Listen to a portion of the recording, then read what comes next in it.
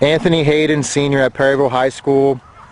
He's a double gold at the conference championships in the 1600 as well as the 800. He ran anchor leg in the 4x4 that got second, and anchor leg in the 4x8 yesterday. Let's start with that. You're in a 156 split. Explain that for me. It was great, and I knew I was going to have to come out, and there's going to be teams ahead of me when I got the baton. I was going to have to push myself, and all year I've been waiting. Have somebody push me for 800. I knew that was going to be an opportunity to push myself to run under 2 minutes for the 800 too. All right, very nice. You came from behind. You had a monster kick. All right, let's go to today, the 1600. Same situation. You're kind of sitting back, and then you just take over the race, and you run away from everyone. Talk about that. It was a great race. We had, of course, had a lot of great competitive people in there running around pretty good times. So I knew it was going to be a hard race, and I let a couple people get in front of me, and I knew I was going to have to make a move and just do my best. Try not to shock myself too much, with letting so many people get ahead of me, but right. Keep them in reach and So normally during the season you would run the 400 after the 1600. You didn't do that this meet, and you come back and run the 8, go under 2, win that. In a close race you had, I think, Cole Clifton from Bowman right behind you. Did you know he was there, and how did you deal with that pressure with him?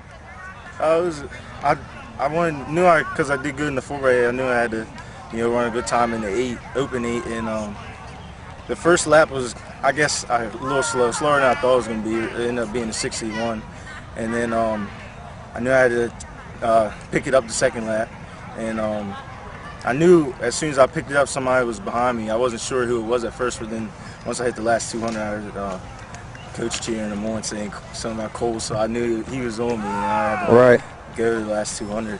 It was a good race.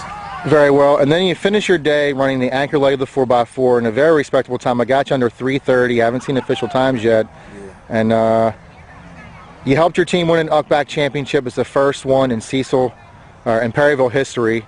And that's a special thing. Your whole team did an outstanding job. Yeah. Talk about the feeling of winning the county, the division, and now the conference as a team. It's a great job, because then it shows we have, rather than just having good individual runners, we have a good team out here. Out here everybody's putting in work and pushing themselves, and it's great to come together as a whole team and win that stuff.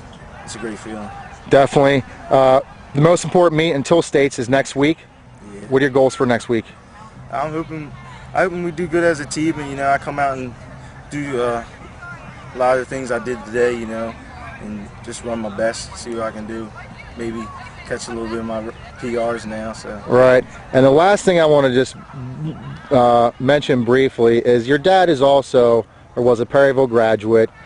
He had the 1600 and 800 school record, and to my understanding, his son, has now taken over that.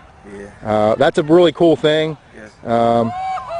Talk about that. How do you feel about that? It's a great feeling, especially when you have something like that. It's a lot of motivation to come out and do good. I want to, up my dad. And that's like I came out 2 years ago when I was a sophomore. I ended up tying his 800 record, and I've been there and I've been wanting to get it so long, and it's a great feeling to finally come out and do that.